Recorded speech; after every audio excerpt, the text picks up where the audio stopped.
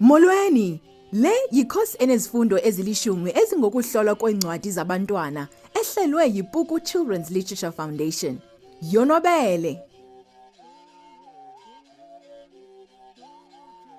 Siyakwamkela kwisifundo seshumi nesokugqibela kwikhosi yePuku yohlolo lwencwadi.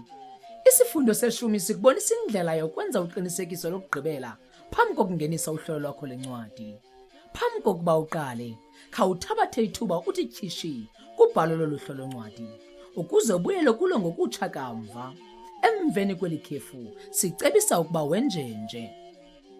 Jonga olu xwebhu lwakho, lujonge nje ngocoselelo, ungalufundi. Lucwabekile, lujongeka lucocekile. Ukuba usebenzisa ikhompyutha, ingaba ubukhulu bamagama, ifonti yawo kwanezithuba phakathi kwemigca ziyafana kuyo yonke itekisi. Ukuba uyibhale ngesandla, amagama ayafundeka, izithuba phakathi kwemigca ziyalingana. Kubalulekile ukuba umsebenzi wobugcisa ungeniswayo ube nomtsalane. Qala ke ngoku kupelo lwamagama, ukusetyenziswa kweziphumlisi nokusetyenziswa kolwimi. Iikhompyutha ziyanceda uqinisekisa upelo olululo, ukusetyenziswa kweempawu zokubhala apho zifaneleke khona, kwakunye nokuqinisekisa ukusetyenziswa kwamagama achanelekileyo ngokufanelekileyo. Kuba ezinye iilwimi zingekabikho kwikhompyutha, xa ubhale umsebenzi wakho ngesandla, kuluncedo kakhulu ukucela omnye umntu ukuba kufundele ukubhaleyo kolu hlolo-ncwadi. Okulandelayo, zifundele olu hlolo-ncwadi ukhwaza. Ukuva ilizwi lakho ufunda ukubhaleyo kunceda kakhulu. Ubhaqa izinto obungazimiselanga ukuzitsho, izivakaliso nokuzibhala ngokwahlukileyo, ukhetho lwamagama angathanga ncam, kwakunye nento yonke engaphazamisa umxholo wakho. Ungacela umhlobo okanye wosapho ukufundele, njengoko ukuva omnye umntu efunda amazwi akho usenza impazamo zicace ca. Nangona kubalulekile ukuhlela, nceda ungakubaxi. Sukufuna ukubala ukhozo ngalunye lombona emngqushweni. Sukuvumela ukuba ukuhlela kutshawalelise wonke lo msebenzi onzima owenze kolo hlolo-ncwadi. IPuku Children's Literature Foundation inalo olu luhlu lokuqinisekisa olu hlolo lwencwadi. Ungalusebenzisa, lusishwankathelo sale khosi iyonke. Ungalifumana kwiwebhusayithi yethu ethi www.puku.co.za yaye lukwakho nakwikhosi yeYouTube. Abahloli bencwadi babalulekile kwinkqubo yendalo yencwadi labantwana. Siyakuhlonipha, ke ngoku sifuna usibalisele ukuthile ngawe. Ngamagama anganeno ku200, khawusichazele ngawe. Chaza igama lakho, apho usuka okanye uhlala khona, isixeko nelizwe, ulwazi lwakho ngabantwana noncwadi lwabo, iziko onokuba uyinxalenye yalo, nazo naziphi na iinkcukacha ezinomdla nezikhethekileyo ngawe. Lo mzobo wobomi bakho mawungegqithi kumagama angama200. Singavuyiswa kukufumana ifoto yobuso bakho, kodwa kunyanzelekanga xa ungathandi.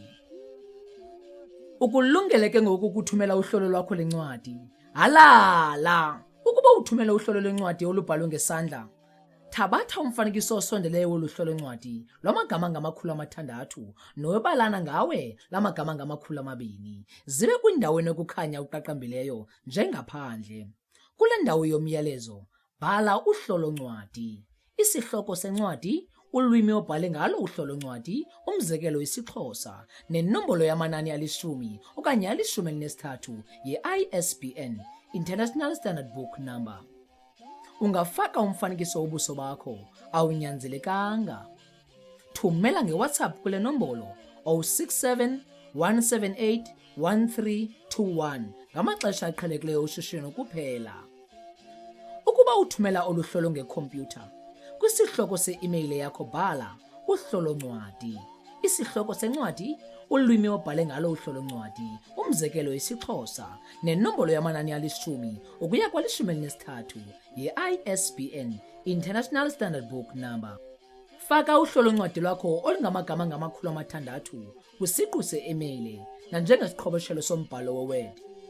Qhoboshela nesishwankathelo samagama angama200 sobomi bakho uphinde usikhuphele kwi-imeyile yakho. Ungafaka umfanekiso wobuso bakho, awunyanzelekanga. Thumela le imeyile ku reception@buku.co.za. Inkcazelo yasemthethweni ebalulekileyo okanye isivumelwano. Esi sivumelwano selungelo lokushicilela phakathi kweBuku Children's Literature Foundation nabahloli bayo bencwadi. Sithatha ukuba xa ungenisa uhlolo lwakho lencwadi njengombhali walo, uvumelana nale miqathango elandelayo. Umhloli-ncwadi uyaqinisekisa uba olu hlolo lolwentsusa kwaye luchanekile. Alunyatheli aluphikisani naliphi na ilungelo loshicilelo okanye amalungelo obunini akhe nabani na. Ukuba kungakho ibango elinjalo okanye intshukumo ethathwayo ngakumbhali kuba irhanelwa ngokutyeshela eli lungelo, ibuku ayikuba natyala kulomba.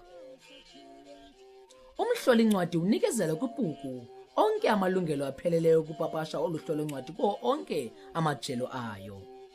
Umhloli-ncwadi unika ibuku kananjalo ilungelo lokukopa, ukuhlela, ukushicelela olu hlolo-ncwadi. Umhloli-ncwadi uyamkela ukuba iindleko zokubhala olu hlolo-ncwadi aziyi kubuyekezwa ibuku. Umhloli-ncwadi uyavuma ukuba ukupapashwa kuxhomekeke ekungenisweni komsebenzi ogqityiweyo ngokwema nomxholo nofanele ukupapashwa. Umhloli-ncwadi uyaqonda ukuba njengombutho ongenzi nzuzo, ibuku ayikwazi ukuhlalela uhlolo-ncwadi ungalumemanga, olungamenywanga okanye olungacelwanga. Emva kokuba uluthumele uhlolo lwakho lencwadi, uza kufumana imbalelwano iqinisekisa uba lufunyenwe.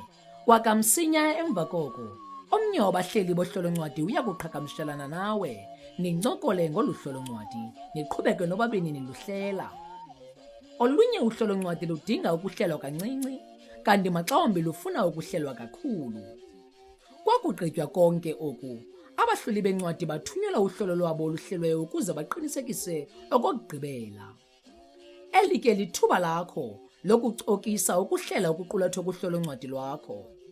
Kwakuba kuvunyelwene ngokuhleliweyo, uhlolo-ncwadi lufaka kwiwebhusayithi yebuku nakwamanye amajelo awasebenzisayo. Umhloli-ncwadi ke ufumana zonke iinkcukacha zopapasho nge-intanethi, URL. Ngoku ke uhlolo-ncwadi luba lolomhloli-ncwadi. Amazwana obulumko okugqibela.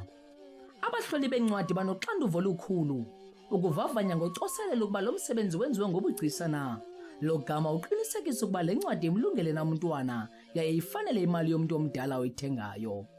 Abahloli bencwadi abaphuma izandla bayenza ngokulula le nto. Babalulekile kwilizwi lencwadi labantwana kuba bagcina umgangatho uphakamile. Qhubeka ke uhlole, ulonwabele olo hambo. Khumbula ukuba nangona kujolise kubantwana, abantu abadala ngabona bafundi bohlolo-ncwadi kuba ngabona banemali yokuthenga ezi ncwadi. Ukuba kukho okuthile kwincwadi yabantwana kunokukrokisa okanye kunganelisi mzali okanye utitshala, kuveze kwangoko ukuze bathathe isigqibo sabo beqaphele. Abantwana bethu banelungelo lokuba sinyaniseke kubo. Ukufunda ukubhala uhlolo-ncwadi kuthatha ixesha nemizamo emininzi. Ukufunda uhlolo-ncwadi olenziwe ngabanye kuya kukunceda ufumane indlela olutyibilika ngayo kwanencasa yoko. Okukhona ubimbiliza iincwadi zabantwana ufunda nohlolo lwezoncwadi, kokukhona kuphucuka uhlolo-ncwadi lwakho. Ezinye zewebhusayithi esizithandayo ezingohlolo lwencwadi oluphucukileyo zezi: www.buku.co.za, topstar.com, www.thechildrenbookreview.com, uhlolo-ncwadi olwenziwe ngabantwana, www.mansayforkids.org/teach/lesson plans/book review guide/book review writing examples. Kule blog uya kufumana nentaphane ezinye iwebhusayithi, blog.feedspot.com/childrensbookblogs. Enkosi, siyakubulela ngokuthatha inxaxheba kule khosi. Ukuba uye wayonwabela, xelela nabanye. Kanti ukuba uyithandanga, sixelele, usicebise ngendawo ezifuna ukuphuculwa kuyo. Masifunde.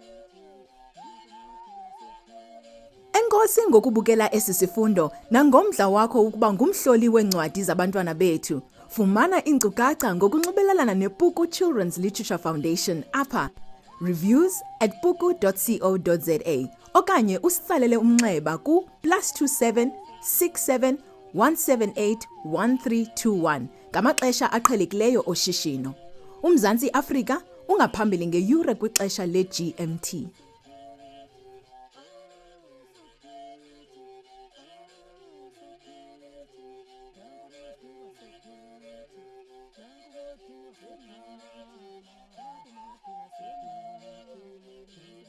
Thank you.